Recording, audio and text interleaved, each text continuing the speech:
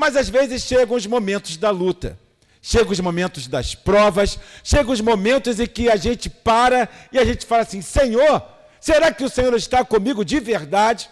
Será que o Senhor estabeleceu isso no meu coração ou foi simplesmente um pensamento meu? Então, a gente para analisar o que ele estava falando naquele momento. Eles tinham saído, meus amados irmãos, do Egito. Os irmãos lembram do Egito? Como é que era para o povo de Israel? Era uma maravilha, né, irmãos? Lá eles tinham suas casas, lá eles tinham a sua vida tranquila, poderiam negociar, não era assim? Eram ricos, prósperos, não era isso? Não era assim que era a vida deles no Egito? Como era a vida no Egito? De escravidão, chicotada. Quando, queridos irmãos, eles pediram para que pudessem sair do Egito, Faraó ainda coloca peso a mais e fala o seguinte: olha, antigamente eu dava palha para que vocês pudessem até fazer os tijolos, agora não tem mais palha, vocês vão ter que colher a palha. Ficou pior ainda. Quantos morreram? E a gente vê, queridos irmãos, que ficaram cativos 400 anos. Pensem só, você ficar cativo ali 400 anos. E Deus, queridos irmãos, a palavra de Deus nos diz que o Senhor ouviu a oração e o clamor do povo. Queridos irmãos, o clamar é muito mais do que a gente parar e talvez fazer uma simples oração. Ah, Senhor, poxa, não. É você rasgar a sua alma. É você abrir o seu coração e dizer: Senhor, só o Senhor pode mudar esse quadro. Não havia mais ninguém que poderia fazer isso. Deus do céu, Ele ouviu o clamor do povo. E, queridos irmãos, em ouvindo o clamor do povo, Deus começa a levantar, queridos, de uma forma totalmente improvável. Havia uma lei para que pudesse matar os meninos lá no Egito. E, queridos irmãos, eu fico pensando como eu estava assistindo a um documentário, falavam, queridos irmãos, que Sifrá e Puá, que eram as parteiras, e nós falamos sobre isso alguns domingos atrás aqui na igreja. Queridos irmãos, que Deus as abençoou, havia uma rede, talvez, ali de pessoas para que pudessem ir contra esta lei de Faraó, essa palavra de Faraó, esse edito de Faraó. E, queridos irmãos, crianças foram poupadas, mas a gente vê crianças foram mortas, algumas lançadas no Nilo. E, queridos irmãos, que vida era essa, em que os bebês, ainda crianças, não podiam chorar, ainda não podiam ter a alegria de poder viver. O povo clama.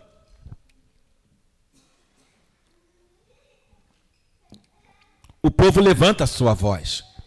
E em levantando a sua voz, queridos irmãos, Deus ouve do céu.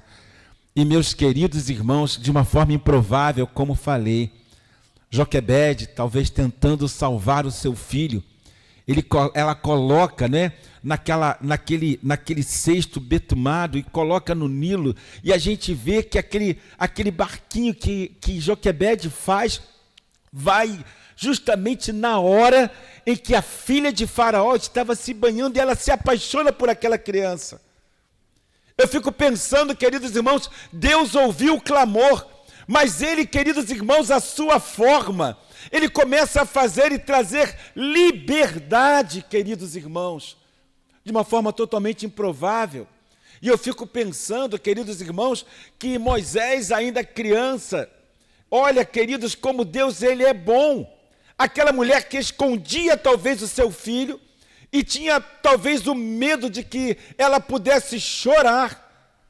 Aquela criança, ela recebe de Faraó, do rei, do líder, dinheiro para que pudesse cuidar do seu filho.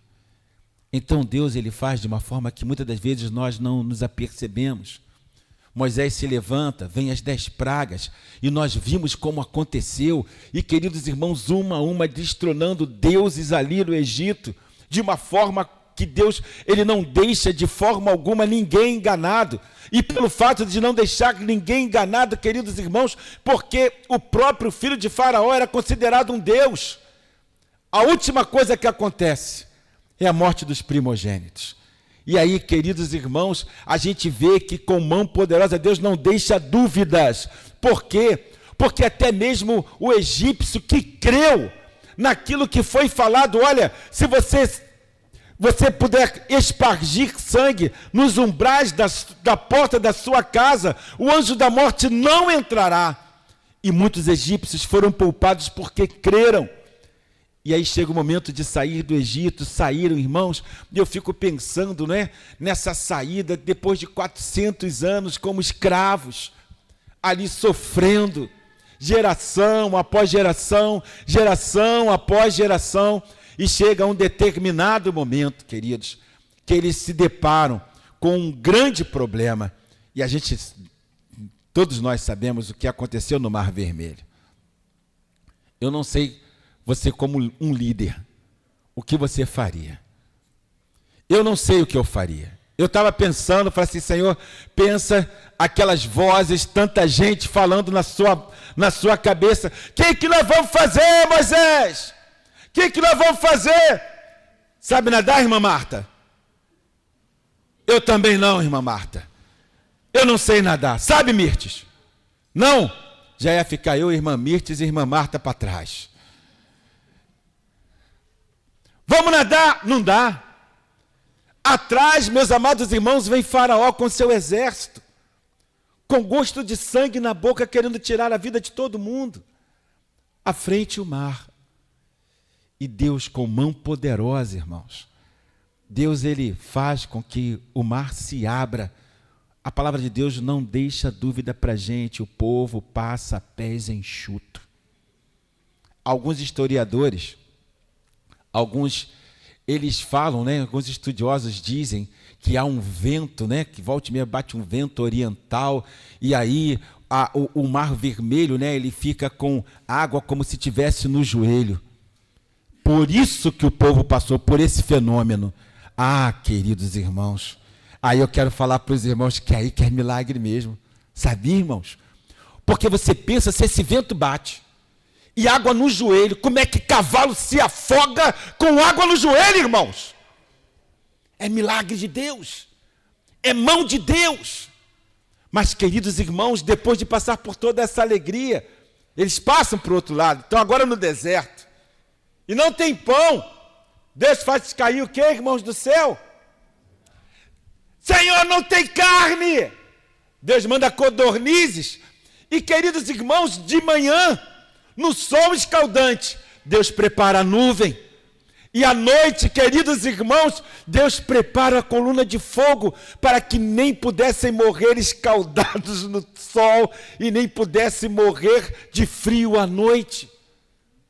Mas chega um momento que parece que a gente esquece de tudo, e é isso que esse texto ele fala para nós, que o povo se levantou e murmurou.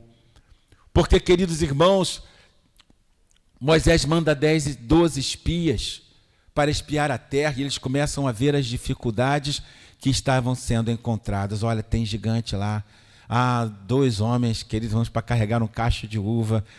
Coisa de doido, nós não vamos conseguir, nós não vamos conseguir, nós não vamos conseguir e nós não vamos conseguir.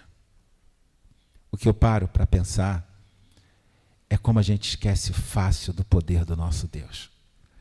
Como nós esquecemos com tanta facilidade do Deus que nos livrou. E eu falo aos amados irmãos, algumas oportunidades que quando a dúvida vem no meu coração, eu começo a trazer à memória as coisas que me trazem esperança.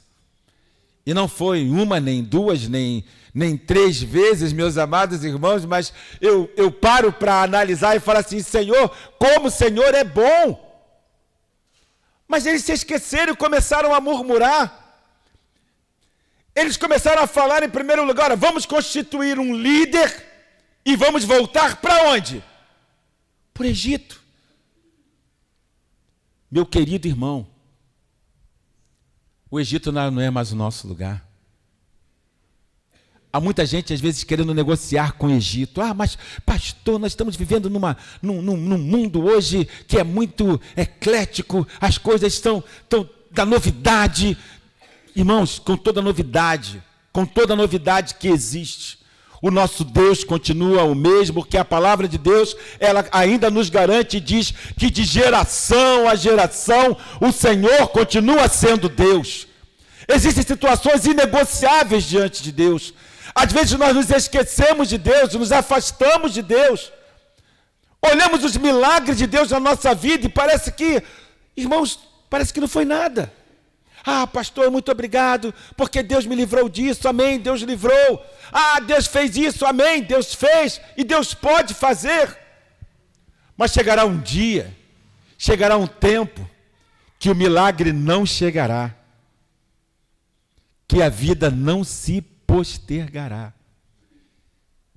E aí, queridos irmãos, o que nós vamos enfrentar?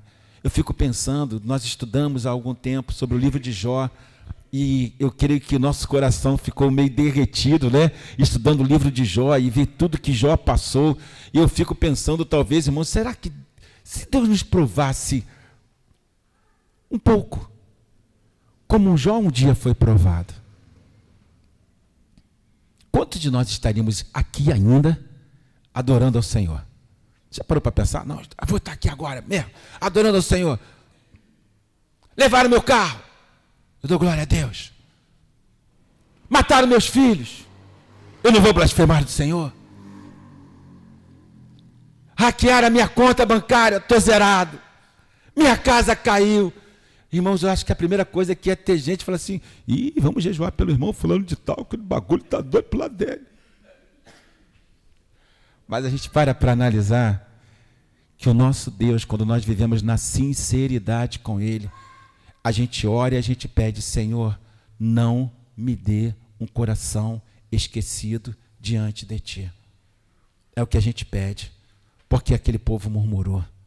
Eles vieram diante de Moisés, e a palavra de Deus nos diz, e porque nos traz o Senhor a esta terra, para cairmos à espada, e para que nossas mulheres e nossas crianças sejam por presa, e diziam uns aos outros, pode ir, vamos lá, e diziam uns aos outros, volta por favor, e diziam uns aos outros, levantemos um líder, um capitão, e voltemos para o Egito. Moisés, fica com a tua liderança, que nós vamos voltar para o Egito.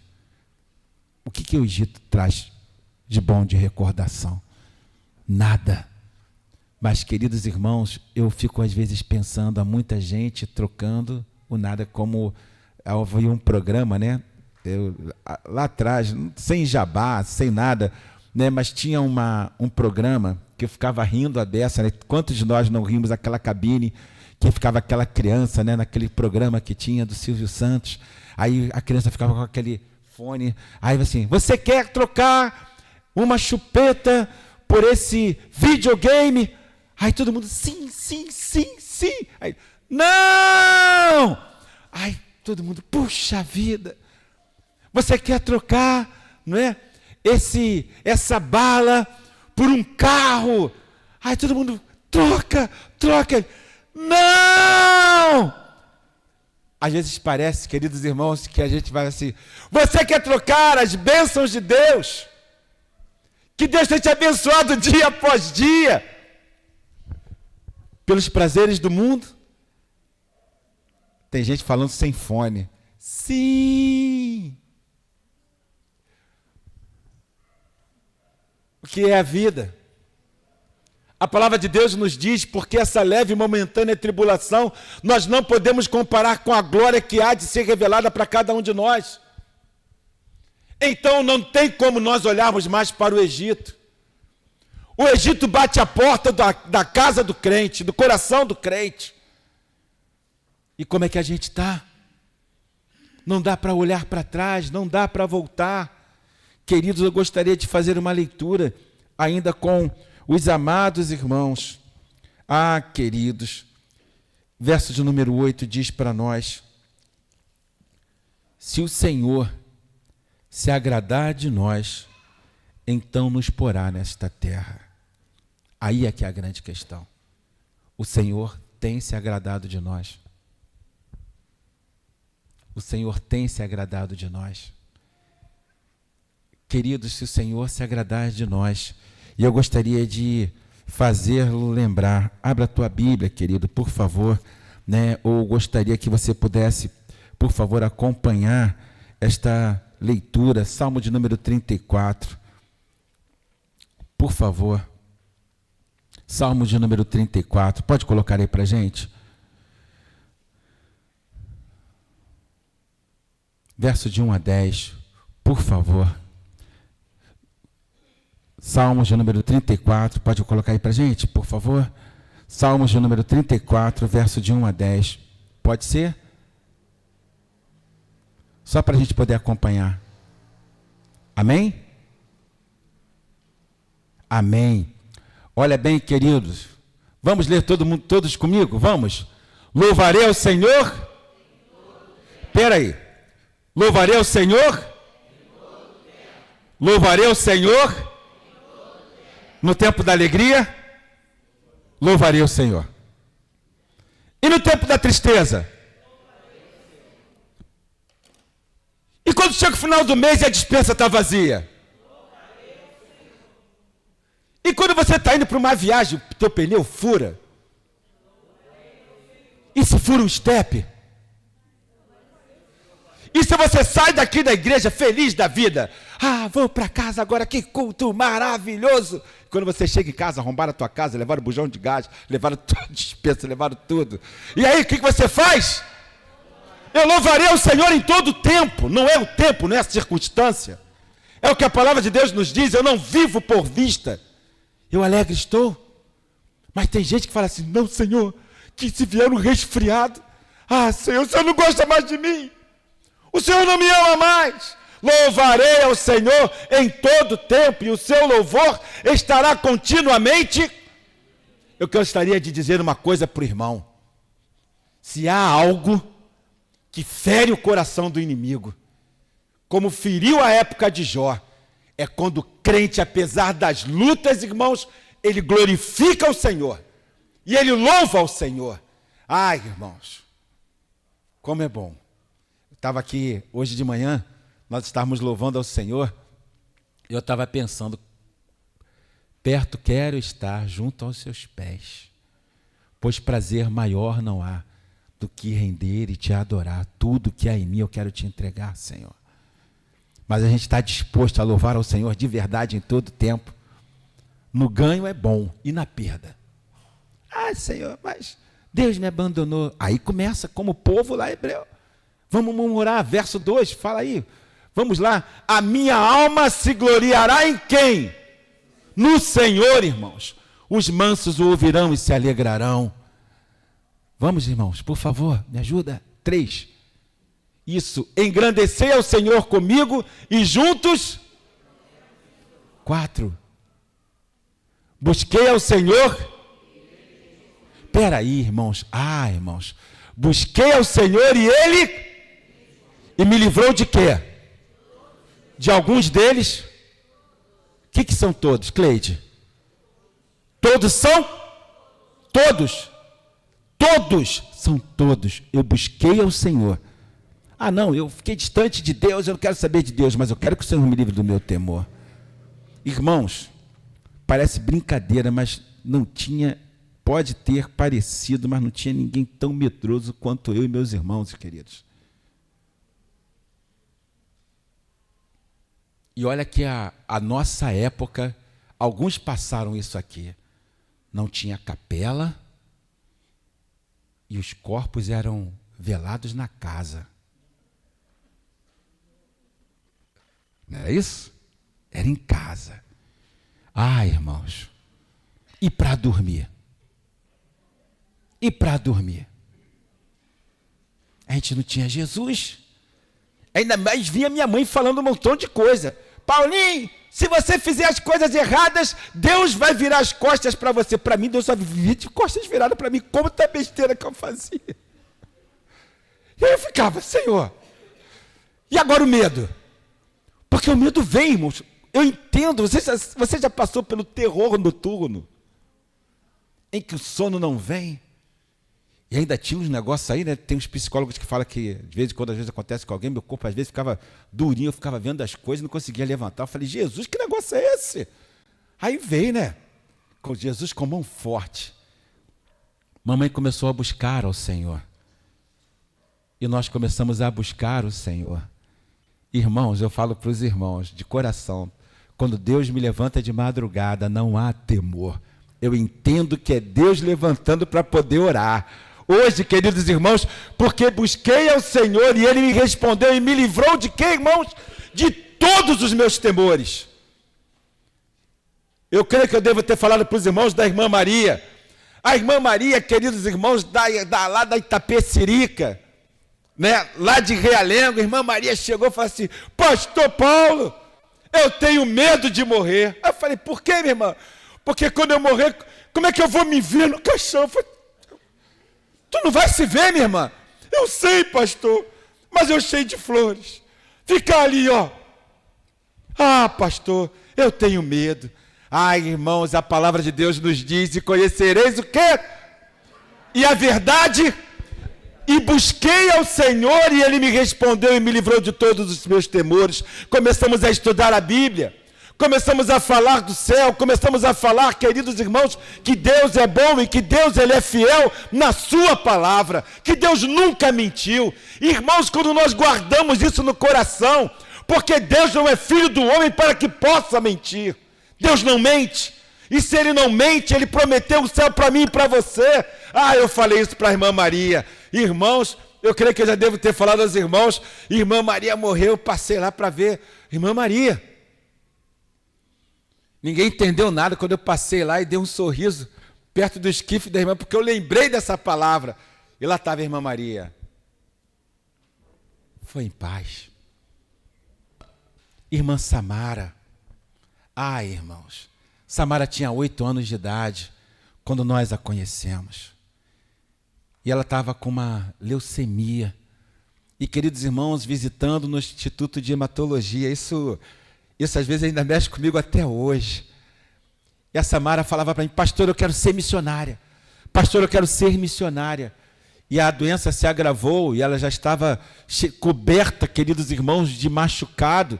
E a gente indo visitar no instituto, lá no Instituto de Hematologia. E eu lembro, queridos irmãos, que uma determinada feita ela já não podia receber visita por conta da imunidade, mas o médico abriu para que eu pudesse estar lá com ela. E ela falou assim, olha, Paulo, não sei porquê, mas ela não morre porque alguma coisa está acontecendo. E eu fui conversar com a Samara, falar assim, pastor, o senhor sabe o quanto eu queria ser missionária, ora por mim. Eu falei, o que está vendo, Silmara? Pastor, eu tenho medo de dormir e morrer. Eu busquei ao Senhor. E Ele me respondeu. E me livrou de todos os meus temores, como crianças que estão aqui. Eu não queria chorar perto de Silmara, irmãos. Mas eu falei, Silmarinha, você lembra de muitas vezes que o pastor pregou, falando acerca do céu? Você lembra de uma das mensagens que o pastor pregou em relação ao ladrão da cruz, próximo à morte? Ele se entrega. E o Senhor diz, hoje mesmo estarás comigo no paraíso. Você lembra da palavra que nos diz a respeito da parábola do rico e do Lázaro, que diz que os anjos pegaram Lázaro e o conduziram ao seio de Abraão e ao céu? Eu falo, Samara, não tenha medo dessa viagem, porque quando você fechar os seus olhos aqui, você vai se encontrar com o Senhor nos céus. E o médico disse no outro dia que ela dormiu e partiu para o Senhor. Eu busquei ao Senhor e Ele me respondeu e me livrou de todos os meus temores. Então, meu querido irmão e querida irmã, o Egito nunca mais será o nosso lugar. Quando vier um quê de murmuração, lembra que o Senhor é teu Deus. Lembra da direção que você está seguindo. Por que o Senhor nos trouxe aqui para passar por isso? Ai, irmãos, quanto crente, mas por que eu estou passando por isso? Porque eu ainda continuo crendo que todas as coisas cooperam juntamente para o bem daqueles que amam a Deus, daqueles que foram chamados pelo seu beneplácito. É Deus quem te chamou, é Deus quem te fortaleceu e é Deus quem te estabeleceu. Eu não sei se até hoje a tua vida tem sido de glorificação ou talvez de reclamação. Reclamar porque a vida não foi boa. Reclamar porque você não teve oportunidade. Eu vou te dar a maior oportunidade da tua vida. E eu quero dizer hoje, em Cristo Jesus, que se abrir